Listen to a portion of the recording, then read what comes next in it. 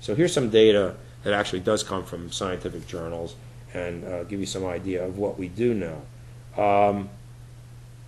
And you know, there are a lot of some of these things also are based on estimates, and the estimates may not be entirely accurate, but you know, at least we have some idea how the estimates are being put together, and we can get some idea of what might be going on. And these are also some observations that have taken place over a number of years. People looking at also the effect on marine life.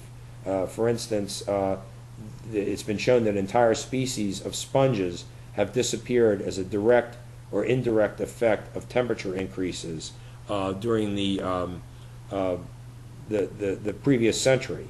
Bryozoan colonies, although they can withstand changes in pH that might be induced by, let's say, having more carbon dioxide dissolved in the water. You know, as the atmospheric levels of carbon dioxide build up, it's actually concentrated 58 times as much carbon dioxide in the water as in the air. So the concentration of carbon dioxide in the water will also increase as well, and this causes the pH of the water to drop. So bryozoans can withstand that, but it does cause severe.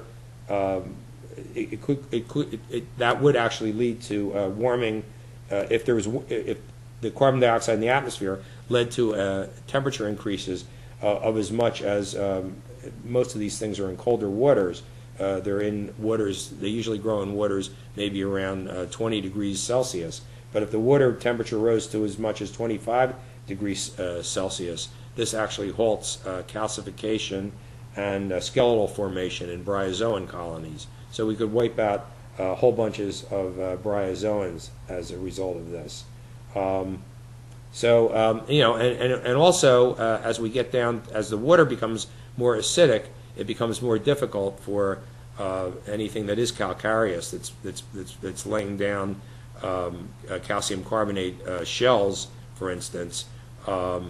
It becomes a much more of a metabolic burden for these creatures to actually deposit shells as the pH gets lower. So these are all direct effects of increased temperature and increased acidity, which comes from that. Also, as the temperature starts to go up, gases, the carbon dioxide that would actually be, and also methane that would be in the ocean, would be expelled to a greater extent, because gases are less soluble at higher temperatures. So we'd run the risk of even getting this to be getting more greenhouse gases in the atmosphere, and then this would become a a cycle that would become almost impossible to break. Tropical deforestation has an estimated 29% equivalent to the burning of fossil fuels. So as we cut down tropical forests, we're also going to be contributing to, because again, the forest not only is that wood, some of that wood going to wind up being burned, but also we're losing the ability to remove carbon dioxide from the atmosphere, because the trees that were in that forest are no longer present. Here's a study that was done in Nature that says that that if global greenhouse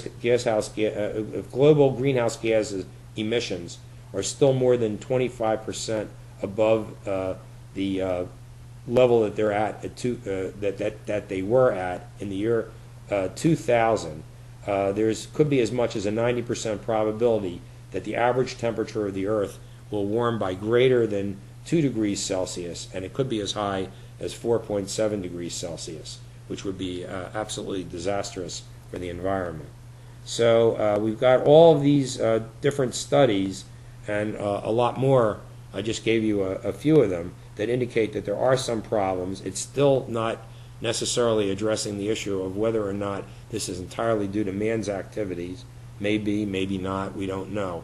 But certainly not something that we want to totally ignore. In 1997, on December 11th, there was a meeting of the UN Framework Convention on Climate Change in Kyoto, Japan, and the Kyoto Protocol was established.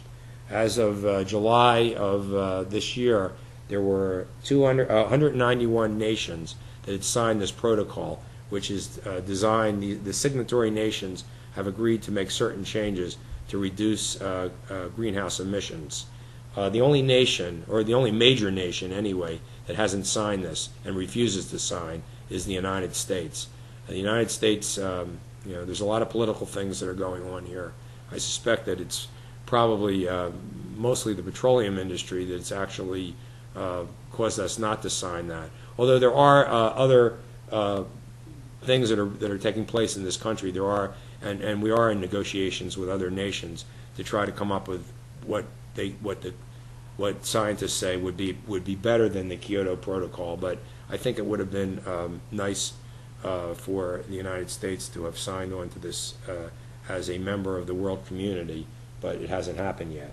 So anyway, these are just some of the things that I want to call to your attention. I don't really have an answer for you as to whether or not just how bad this problem is right now, but it's certainly something that warrants further consideration. I think that to dismiss it as a hoax, the people that do this, they tend to quote Dennis Rancourt a lot. He is a physicist, former professor at the University of Ottawa. He's published a number of papers, and they always start out by saying, Professor Rancourt has published 100 papers, but none of those papers seem to be in this particular subject area. So he has a blog, and he refutes the idea of global warming on his blog. But as I said, we don't get our science from blogs, even from scientists who are blogging. We get them from peer-reviewed journals. So what I would say is that where I stand on the issue is I think it is a potential problem. I don't know to what extent global warming will continue, but I certainly hope that we do take a look at our greenhouse gas emissions, particularly carbon dioxide emissions, because the effect on not only on the marine environment, but on the entire Earth's ecosystem could potentially be disastrous. And because of that, it does warrant further consideration.